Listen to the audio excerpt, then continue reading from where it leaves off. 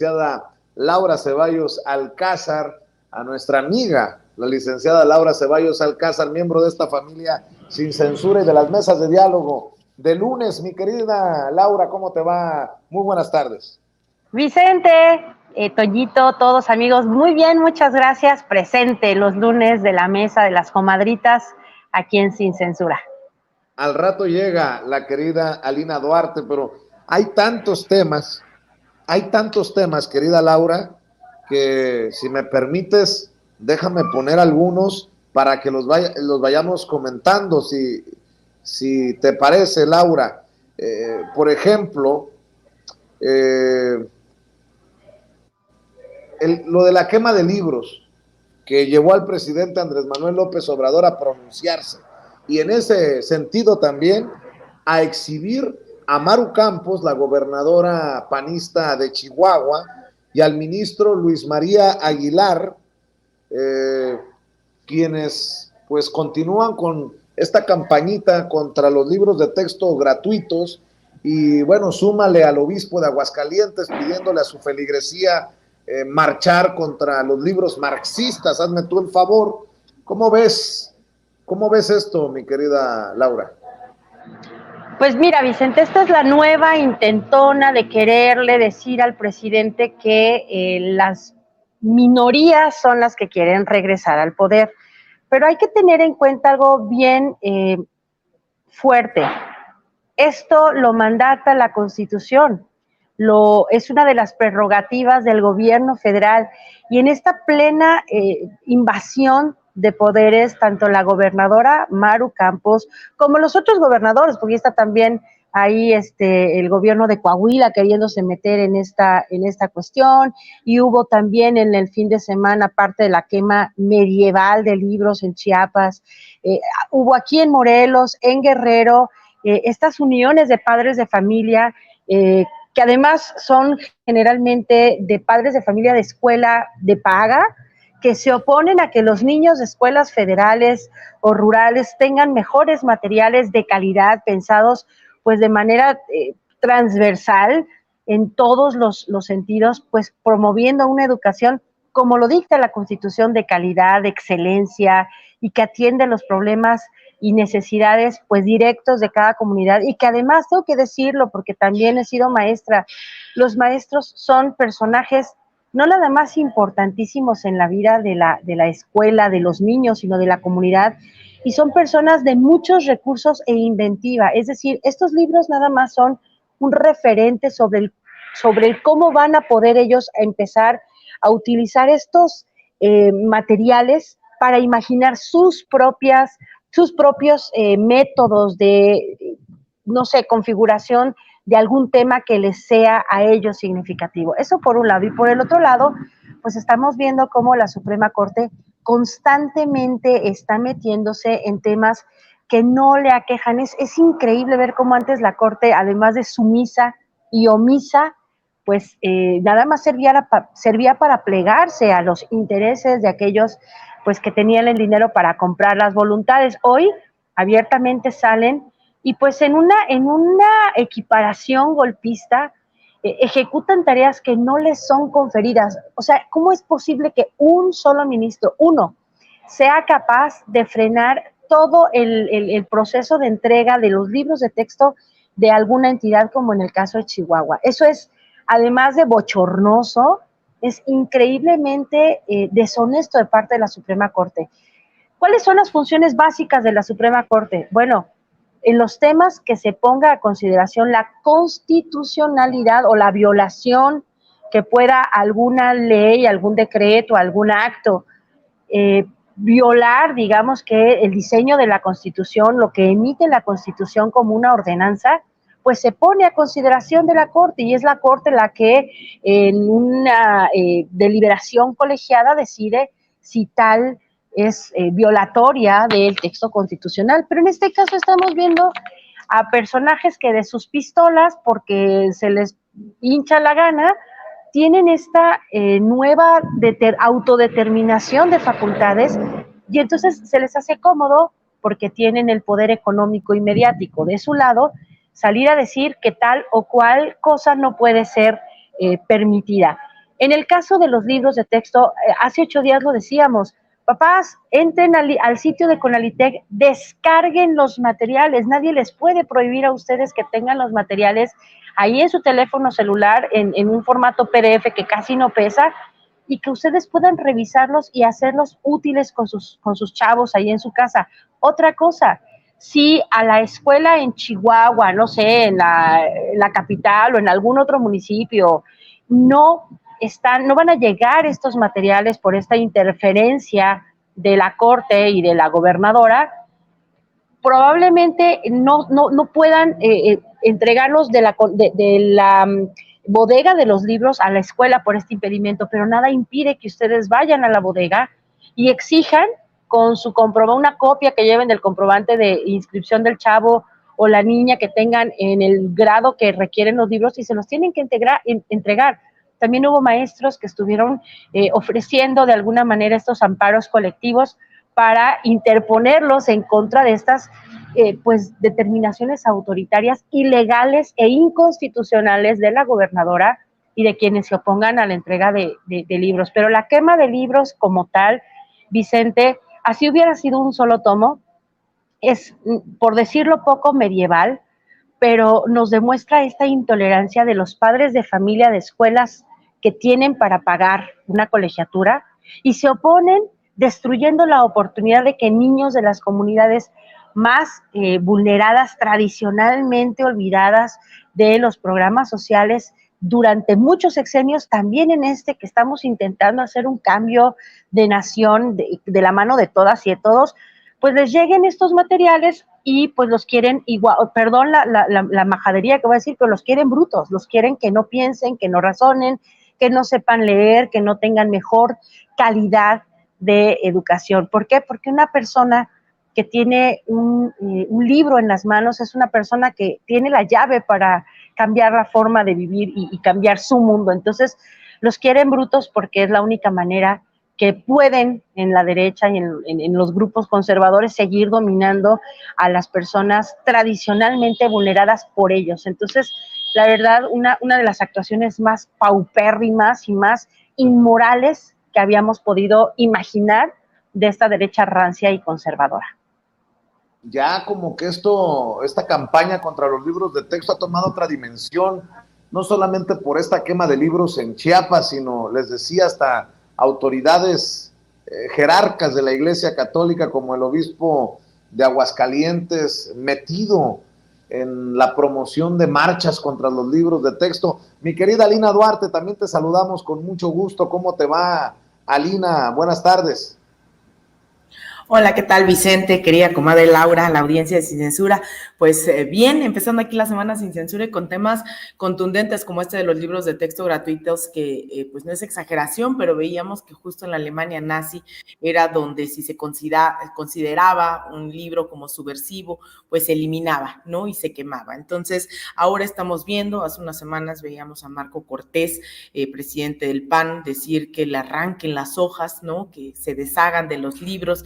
Xochitl Gálvez también pronunciándose, es decir, un montón de personas que históricamente no necesariamente estaban pensando en la educación, en las colectividades, y que ahora avanzan como si fuese esto la Santa Inquisición, como si fuese esto la Segunda Guerra Mundial, la lucha anticomunista, y en realidad estamos en uno de los países en donde se ha avanzado, y además eso sorprende, porque hace una semana se daba a conocer esta encuesta nacional de ingresos familiares aquí en México, y veíamos que todos han incrementado sus ingresos, salvo el decil más rico, que lo ha disminuido y que ha sido sustancialmente distinto, digamos, no es sustancialmente fuerte, ¿no? Esta variación del menos 2.2% en promedio.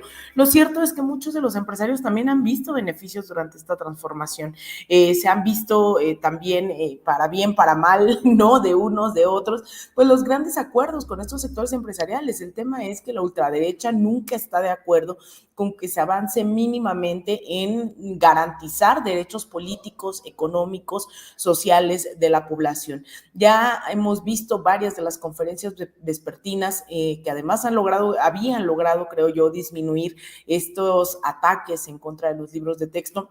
porque se da a conocer cómo es que se están llevando a cabo, cómo es que se logró llegar a estos libros. Y fíjate, Vicente, también el fin de semana, en el marco del Proyecto de Nación, se tuvo a Leticia Ramírez, ahí en el Instituto de Formación Política, junto con Luciano Concheiro, también parte de la SEP, hablando mucho de esto con la gente, hablando de estas campañas de desinformación, y la gente en su conjunto estaba pues emocionada de que el gobierno y la parte educativa diera cuenta de cómo se están haciendo las cosas, pero no bajar la guardia. Sobre todo la gente estaba pues no sorprendida, pero sí dispuesta, ¿no?, a dar esta batalla del sentido común por los libros de texto gratuito que hemos visto poco a poco cómo es que se han ido haciendo, pero también lo que implica estos proyectos comunitarios, proyectos escolares, entender que somos partes de diferentes comunidades, que nuestras lógicas, digamos, económicas, culturales, ideológicas nos atraviesan, y que eso no nos hace menos o más importantes en la sociedad, sino que tenemos que seguir conservando y construyendo ese conocimiento colectivo. Y creo que esta apuesta no la habíamos visto no solo en México, sino también en otras latitudes de América Latina, que se han hecho reformas, que se ha tratado de avanzar un poco en esta materia de cómo se implementan los planes educativos. Pero yo, Vicente, no quiero emocionarme de más, pero el hecho de que hoy estemos viendo esto, porque al leerlos, ya andan circulando también en redes sociales y demás los libros, andan llegando, pues uno se emociona porque ve que retoma a grandes pedagogos, pedagogas, filósofos, filósofas, maestros, latinoamericanistas, y que ese ejemplo ya quisiéramos en nuestros más guajiros sueños, desde quienes creemos en ese otro mundo posible, haber tenido acceso a libros desde temprana edad. Entonces yo creo que nos toca ahora a muchos y muchos recursar, ¿no?, con estos nuevos libros de texto gratuitos, los saberes de la primaria, y yo creo que estas generaciones serán muy afortunadas de tener estos textos. Así es, y si en su momento fuimos críticos, muy críticos de Gabriel Cuadri por sus comentarios sobre Guerrero, Oaxaca y Chiapas, pues ¿qué me dicen de las desafortunadas declaraciones de Xóchitl Gálvez sobre que allá en el sureste hay una cultura de gente que no quiere trabajar 8 horas seguidas? Y por más que ahora Xóchitl, muy molesta, evidentemente molesta, sale a responderle al presidente con un video diciendo que no tergiversemos sus declaraciones, no hay forma. Xóchitl Gálvez hizo válido aquello de que en la política el pez por la boca muere, mi querida Laura. Pues es más bien la versión 2.0 de aquello que justamente cuando fue la encargada de los asuntos de los pueblos indígenas dijo, estando ahí, ¿por qué les van a dar cultura si a ellos les gusta pues estar así, pobres, jodidos y tarados? Es exactamente lo mismo, Vicente. Mira, la gente que tenemos, mi abuela era de Chiapas, o sea, duele porque Chiapas no nada más es el gran abastecedor de productos sin los que no nos imaginamos los mexicanos: café, chocolate, plátano, mango, pero además atañir a las personas más tradicionalmente vulneradas, a las que se les despojó de todo, desde su identidad ideológica, religiosa, lingüística, a las que se les arrancó de sus comunidades para irlas a aventar a otra, porque grandes corporaciones necesitaban extender sus, no sé, cafetales o ranchos lecheros.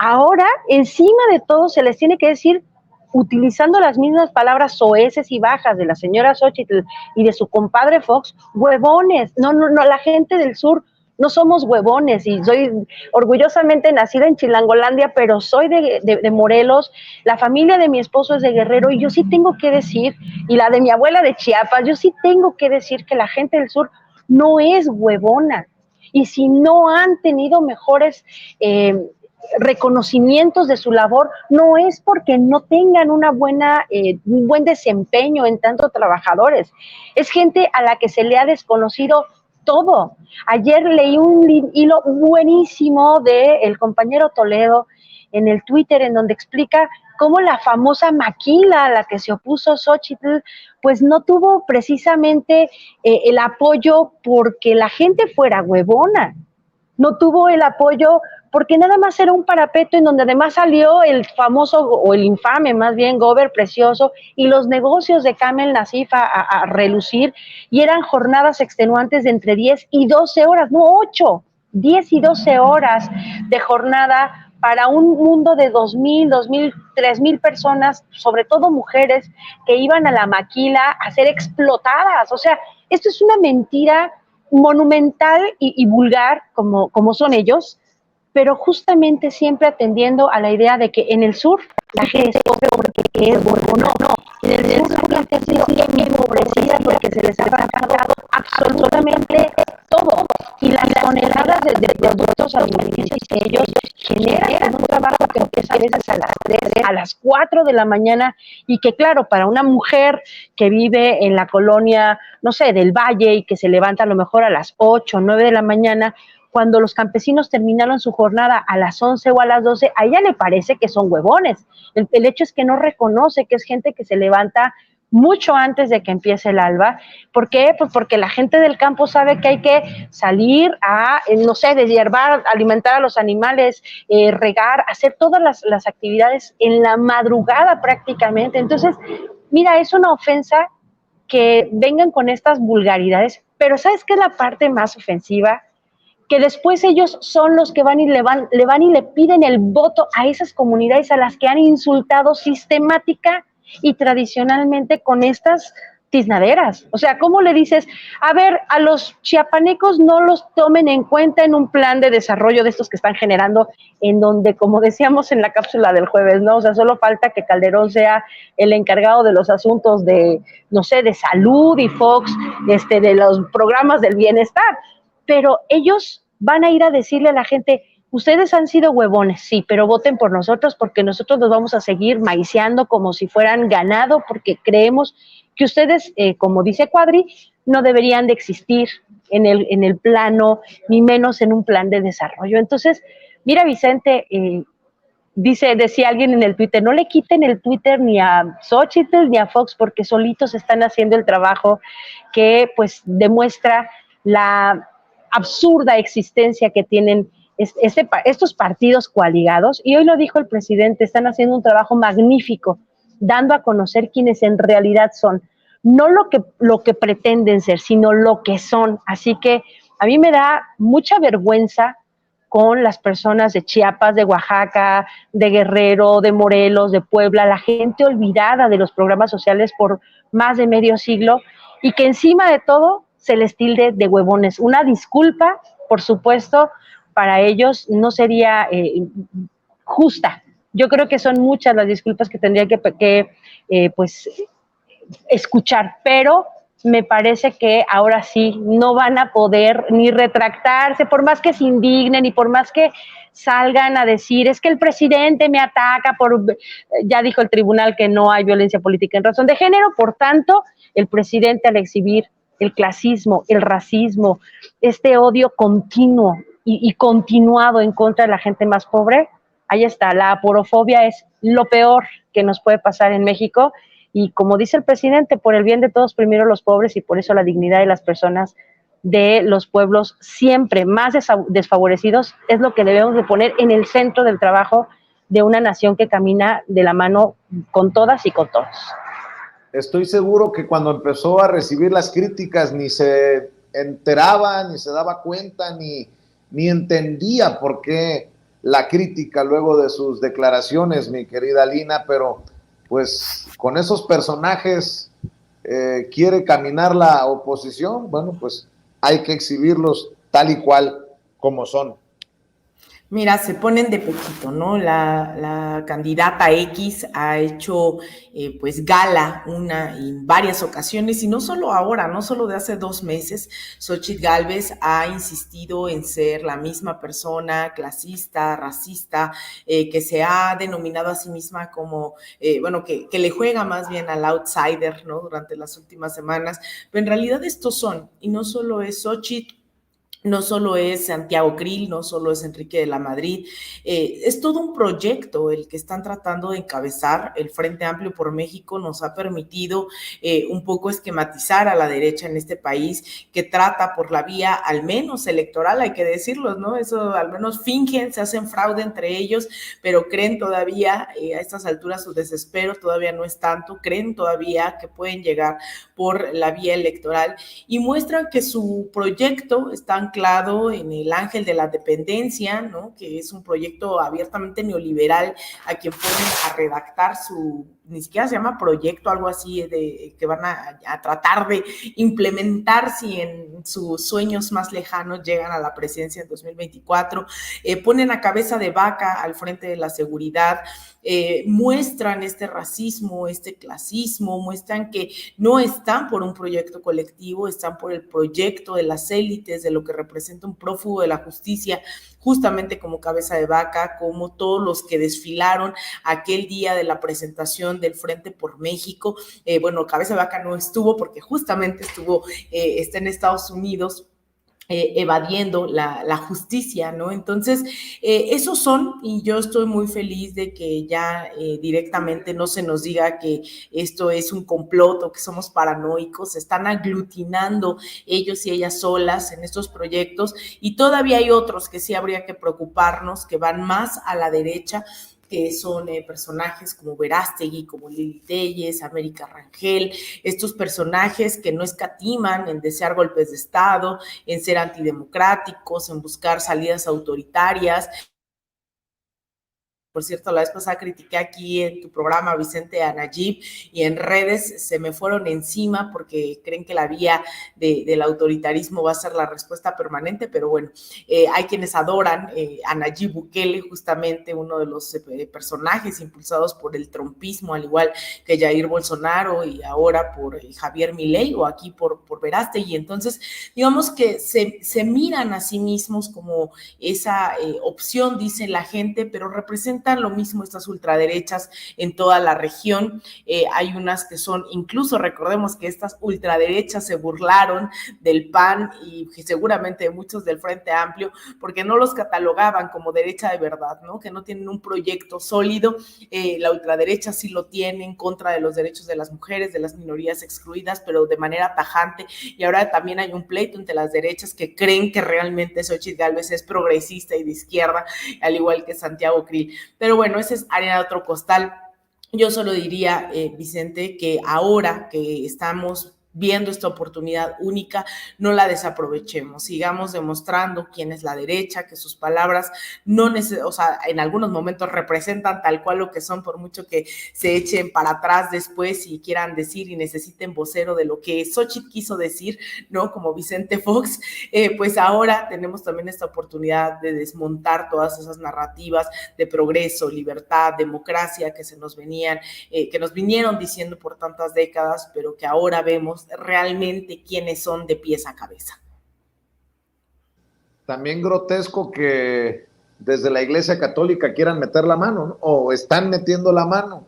Ya mostrábamos al obispo de Aguascalientes, y también pues hay que seguir echándole ojo a la autoridad electoral, sobre todo al Tribunal Electoral del Poder Judicial de la Federación, en donde quieren negar el pasado calderonista de Reyes Rodríguez Mondragón, el magistrado presidente, querida Laura. Fíjate que esto, Vicente, es muy sintomático de con quiénes están sus lealtades.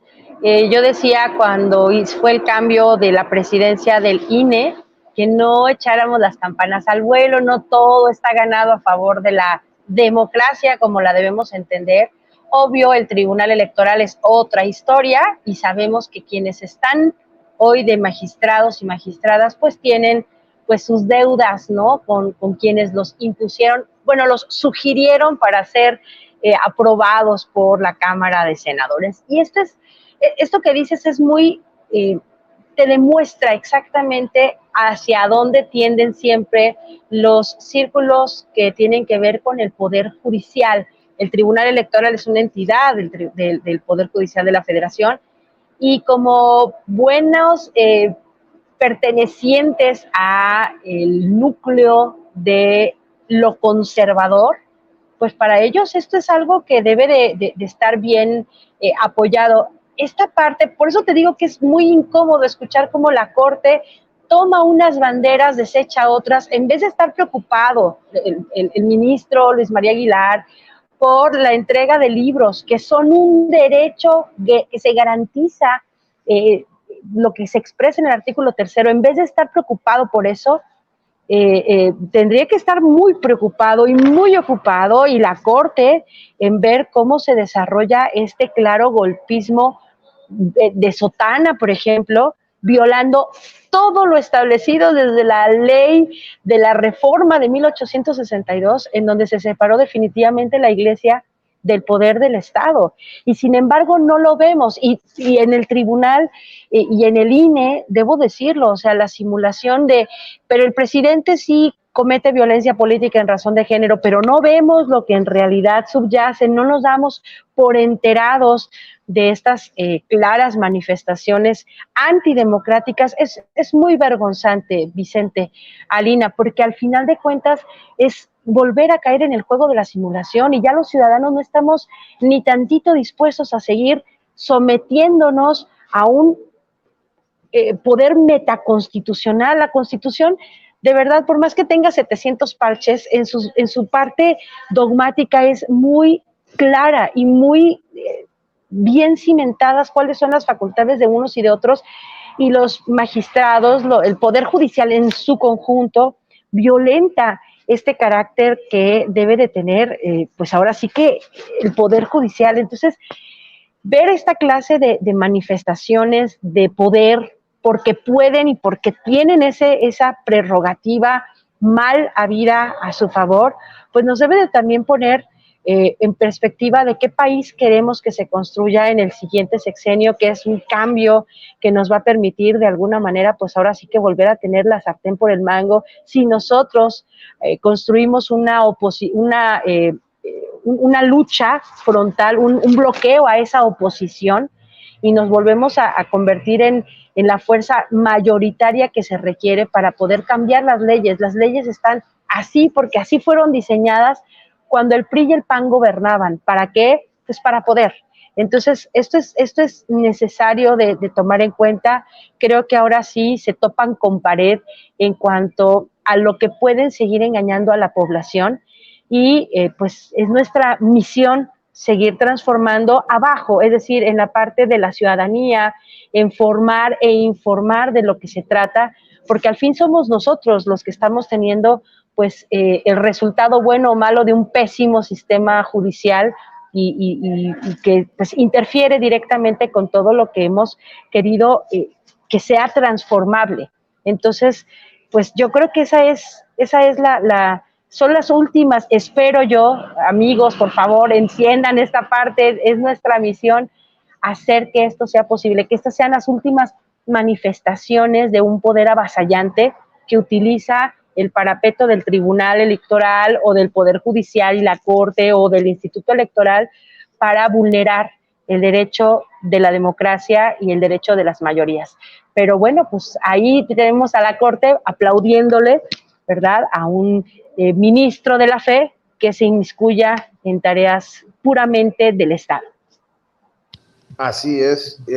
Mi querida Alina, estoy viendo que de hecho desde el Tribunal Electoral del Poder Judicial de la Federación están muy al pendiente de lo que dicen medios independientes. En el caso de Contralínea, con quien tenemos una alianza con las mesas de investigación Contralínea Sin Censura TV, me llama la atención que en el tribunal aseguren que el magistrado presidente Reyes Rodríguez Mondragón no fue cercano colaborador de Calderón.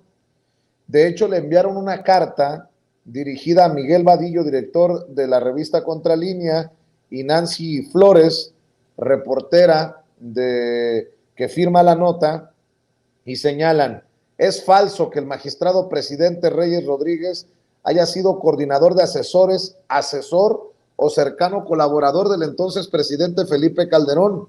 Es falso también que el magistrado presidente haya sido colaborador directo del entonces secretario de Gobernación, Fernando Gómez Montt. Y bueno, importante también decir que la reportera, la corresponsal Nancy Flores, les responde que sí fue un cercano colaborador de Felipe Calderón y que está su propio currículum para evaluarlo y para así entenderlo. El abogado fue coordinador de asesores de la Secretaría Particular de la Presidencia de la República de mayo a diciembre de 2011. Del 8 de enero de 2011 al 30 de noviembre de 2012, esa Secretaría Particular estuvo encabezada por el panista Roberto Gil Suart, actor político hoy en día.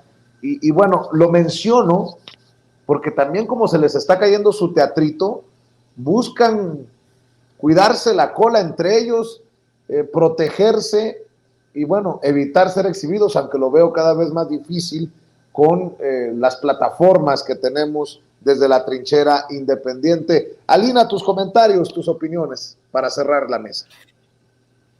Mira, Vicente, esto que dices es muy importante porque son cosas que uno no se está inventando en que cualquier otro momento pasarían por alto o simplemente habría una campaña de deslegitimación de los propios periodistas, como pasó durante el sexenio calderonista, como en el sexenio de Peña Nieto. La arremetida no venía en contra de los propios personajes siniestros, ¿no?, que estaban ahí, sino en contra de los periodistas. Y ahora pasa que son estas instituciones que son cómplices, ¿no?, que además por sus acciones se revelan además estas alianzas, no es como que son democráticas y nosotros nos estamos inventando. Entonces, esto que señala Nancy Flores es fundamental, ahí están los datos, ahí está el nombre, y el Tribunal Supremo Electoral a mí me llamaba la atención porque también Enrique Galván Ochoa en su columna en La Jornada del día de hoy publicaba también justamente el enemigo al acecho, que era este mismo personaje, el tribunal, esperando como para invalidar tanto el proceso interno de Morena, como incluso eventualmente,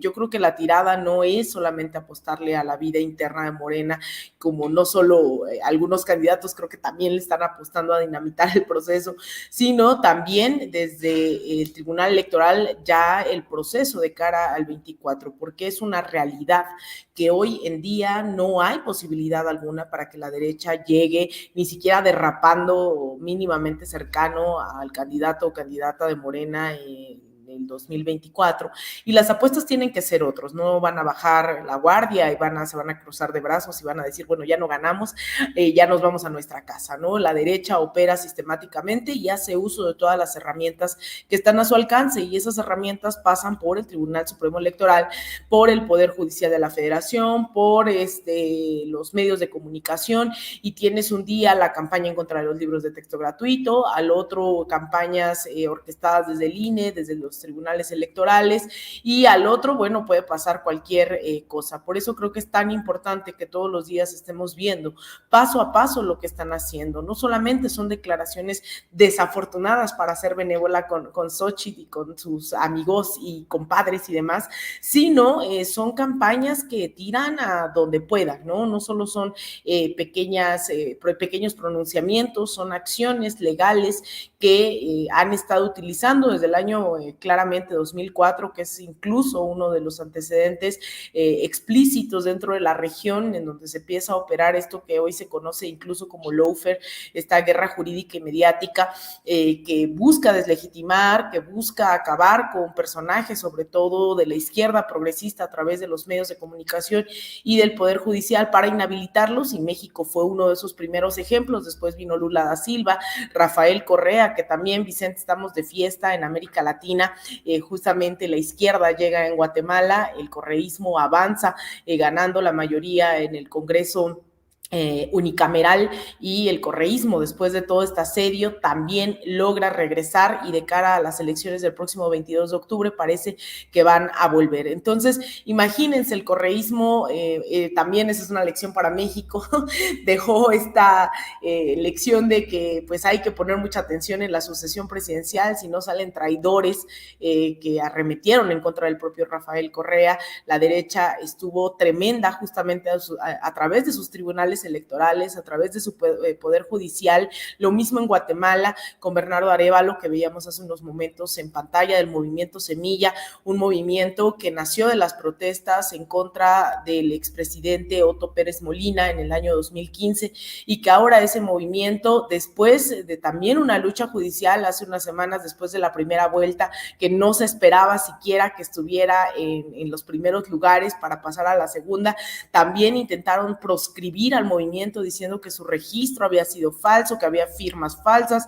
Es decir, esta arremetida de los tribunales electorales es fundamental para las derechas de México y el continente. Fue en Guatemala hace 2 semanas, fue en Ecuador desde el 2017 hasta la fecha, porque todavía en las últimas elecciones no les querían dar el registro, como el Frente de la Revolución Ciudadana, le tuvieron que inventarse en las elecciones pasadas cómo llegar, e intentaron por todas las vías el Poder Judicial, le encerraron a Lula da Silva, intentaron incluso los discursos de odio y lograron proscribir a Cristina Fernández de Kirchner, quien no pudo participar en estas elecciones primarias de hace unas semanas y mucho menos en las próximas presidenciales en unos meses.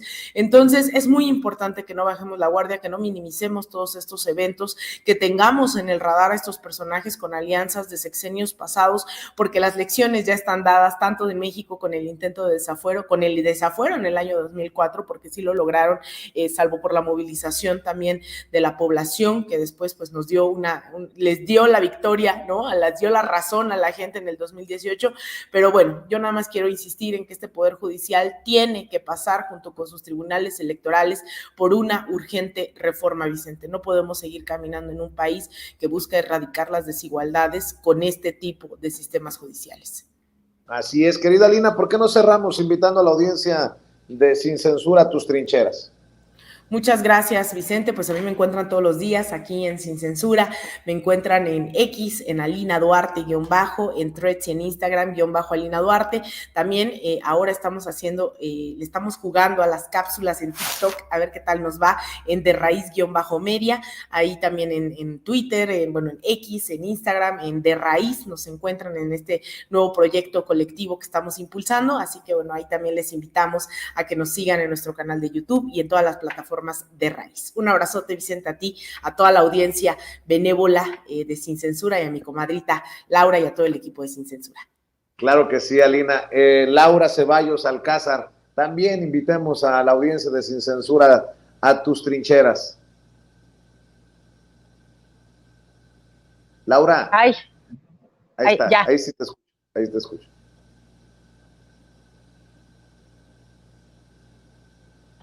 Ya, es que nos estábamos peleando, Ceci y yo, quién le ponía y quién le quitaba. Pues yo también estoy ahí en el X, qué raro se oye decir, estoy en el X como @CeballosLaura, en Facebook, en Instagram, como Laura Ceballos Alcázar, en YouTube también. Y bueno, pues esta semana que he estado ausente de redes porque estamos haciendo aquí nuestras juntas de formación política, pues la verdad es que hemos estado un poquito alejados, pero bueno, ya nos vamos a poner al corriente en estos días. Y pues muchísimas gracias, un saludo enorme a toda la gente de Sin Censura y obviamente pues a ti, Vicente, a Toñito, a Ceci, a don David y a todos los que hacen posible que esta señal sea extensiva, extensible. Y pues hoy dijo el presidente que los medios no iban a hablar de lo que sucedió con la señora X. No, los medios tradicionales no. Estos, perdón mi francés, estos medios chingones que sí le llegan a la gente al corazón, son los que verdaderamente llevan la noticia y los cambios, y por eso pues muy, muy agradecida a continuar siempre aquí en estas mesas Sin Censura. Gracias, querida Laura, querida Alina, pasen excelente tarde, descansen, buenas tardes.